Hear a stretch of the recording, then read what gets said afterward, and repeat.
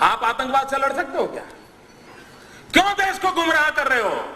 और मैं देश के बुद्धिजीवियों को कहना चाहता हूं, क्या यह गुनाह नहीं है देश के साथ?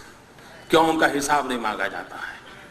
अगर मोदी गुनाह करता है तो आपको अधिकार है, और मैं सामने से कहता हूं अधिकार है, आप मेरी खाल उतार लीजिए। Okay, I'll let to polarize communities.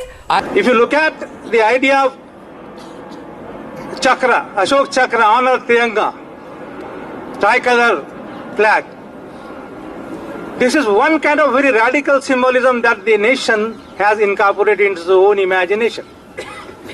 What is this radical symbolism that has been the part of our nationalist imagination is Ashok chakra.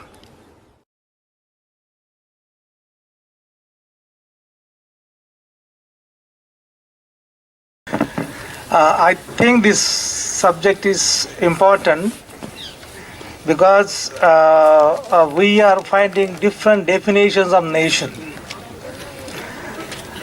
Some definitions are not definitions, they are simply unwarranted judgments that we know nations, you don't know.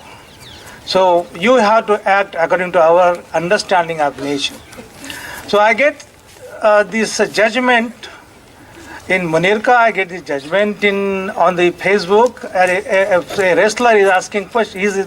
He's written a poem on how bad things are happening in JNU and the whole nation is in danger. So this is a serious problem that we are actually being confused about the very idea of nation. On the other hand, how does one really understand nation or nationalism? Is it something which belongs to emotions, where easy, free-floating judgments are available? People of any kind can make judgments on JNU students and teaching faculty and non-teaching faculty, as if we don't understand nation, they only understand nation. So one argument is coming, one response is coming from emotions where there's no argument. Now the other response is from here.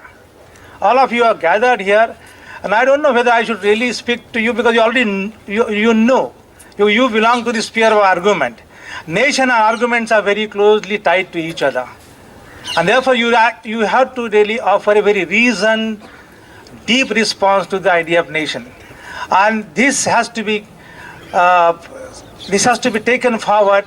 And we have to work not only within ourselves but also in the society, because people are being misled that what is nation is some very, very devilish construction of the other.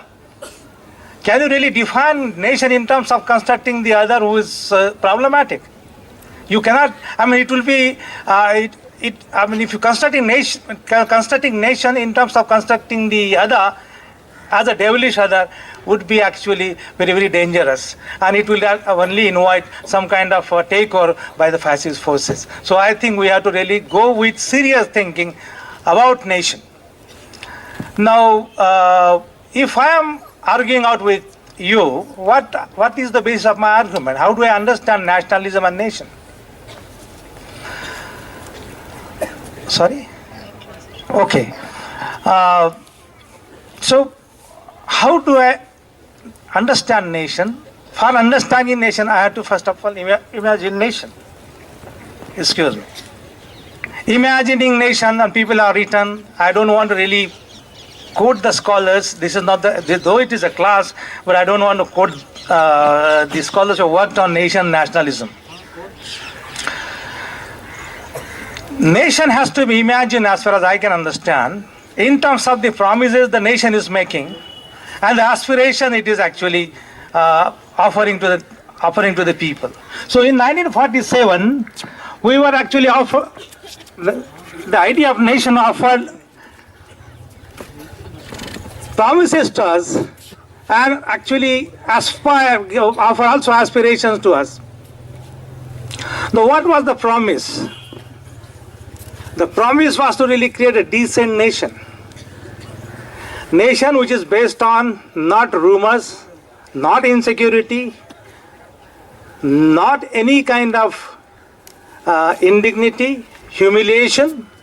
I mean, people right from this whole the agitation started on the campus, we are being seen as somebody who is not fit for staying in this country.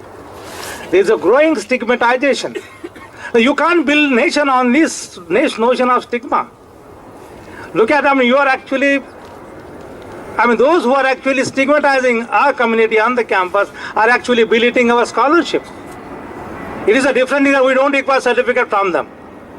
But the promise is to really build nation on decency, some kind of a decency. Are we doing that? And to really build that decency, we have made some provision in the Indian Constitution. So there is a close connection between Indian Constitution and nation, which we imagine as a decent nation. Now, what are we aspiring for? We are aspiring for there should be all kinds of asymmetries be eliminated from within the country.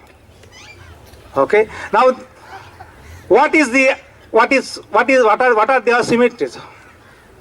One of the asymmetries is India, all said and done, is actually practically, sociologically, emotionally divided. We have one India which is Puraskrit India, the other India is the Bahishkrit India. And I am taking from Ambedkar. Our nation has to be evaluated on its moral capacity to really eliminate the divide between the Puraskrit and the Bahishkrit. Are we asking question to ourselves that after 67 years of our independence, we have not been able to get Dalit wardas into mainstream? There is other India, the Bahishkrit India.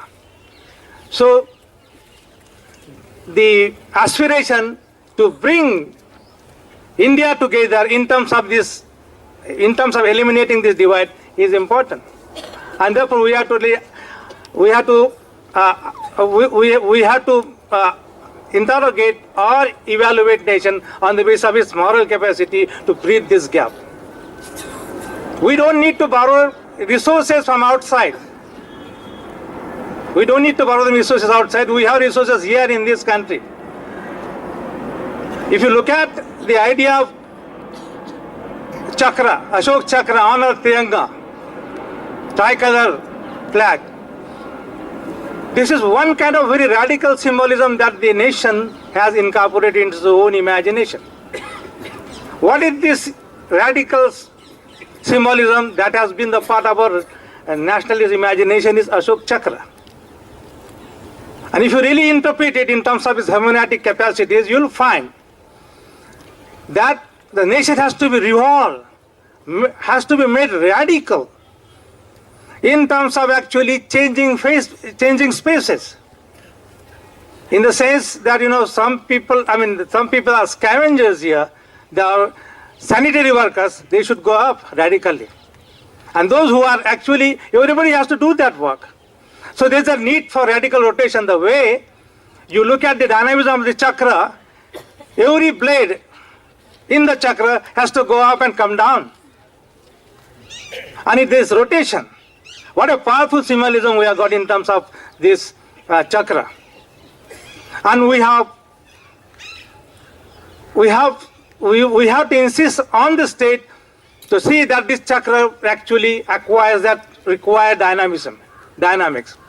We as young scholars of this university has to ask the political class to what extent they have actually pushed this mechanism ahead and facilitated this rotation and achieved this radical dynamism that is entailed in the chakra. This is one important symbolism that can actually defeat other symbolisms. Now, for example, we have nationalism which is articulated in terms of symbolism. And we have a very strong symbolism of Mother India. Is it not? So you have a choice. Which symbolism is stronger?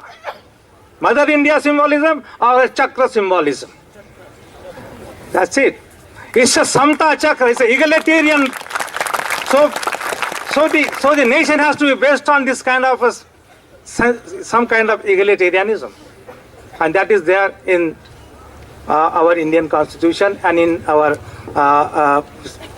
philosophy of Buddhism.